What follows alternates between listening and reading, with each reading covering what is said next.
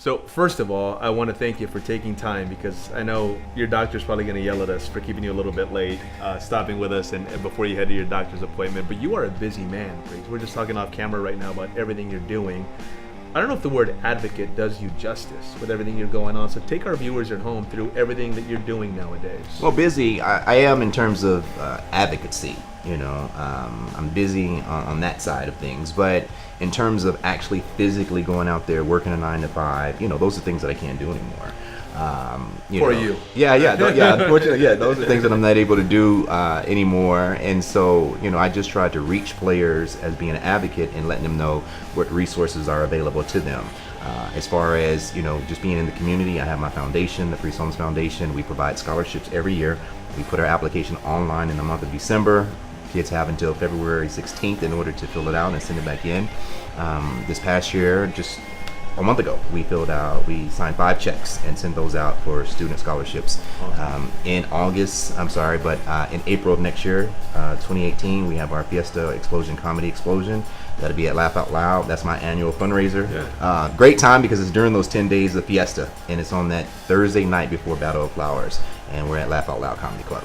So are we ever going to see you do stand-up at Laugh Out Loud? I get a chance to come on at the very end and thank the comedians for doing what they've done, but I'm not necessarily, I definitely have humor. I have some candor to myself, but I don't think I've ever end up getting on the stage and doing comedy. That crowd can be brutal. It's different though, for real, because our audience is upwards of 250 to 300 people that we try to have come in for our annual show.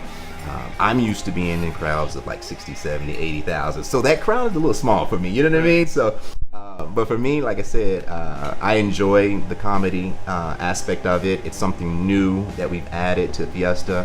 And I get a chance to give people a chance, so after they've been outdoors, they've been at all the different outdoor events, they can come inside and enjoy a laugh. And for you in retirement, staying connected with the game has also been important. You would do a lot of work with the NFLPA and kind of that side of things as well. Well, currently we have a local chapter here in San Antonio. Typically, you'll have every team that has an organization, they'll have a chapter there as well. There's maybe about 6 cities that do not have a team, but they have a presence of former players. San Antonio, Austin is one of them, so we actually head up a chapter here. Our chapter president is Rance Ollison. He does a really great job as well. We provide 2 scholarships for Bexar County graduating seniors. All of the scholarships that I'm mentioning are non-athletic. They're all academic. So it's available for any student to be able to participate in. And again, you can go on to priesthomesfoundation.org during the month of December and download it. Awesome. You mentioned playing in front of 60, 70, 80,000 folks. I don't let people forget this, especially because you're a San Antonio guy, and it's all about San Antonio pride, right?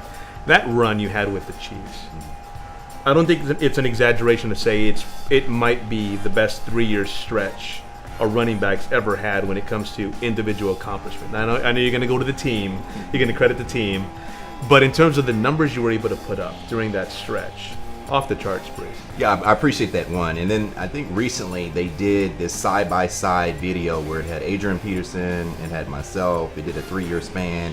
And I was looking at the numbers and I'm like, wow, I actually did do something. That was pretty amazing. But again, I do hand it to my offensive lineman, also hand it to my fullback, Tony Richardson.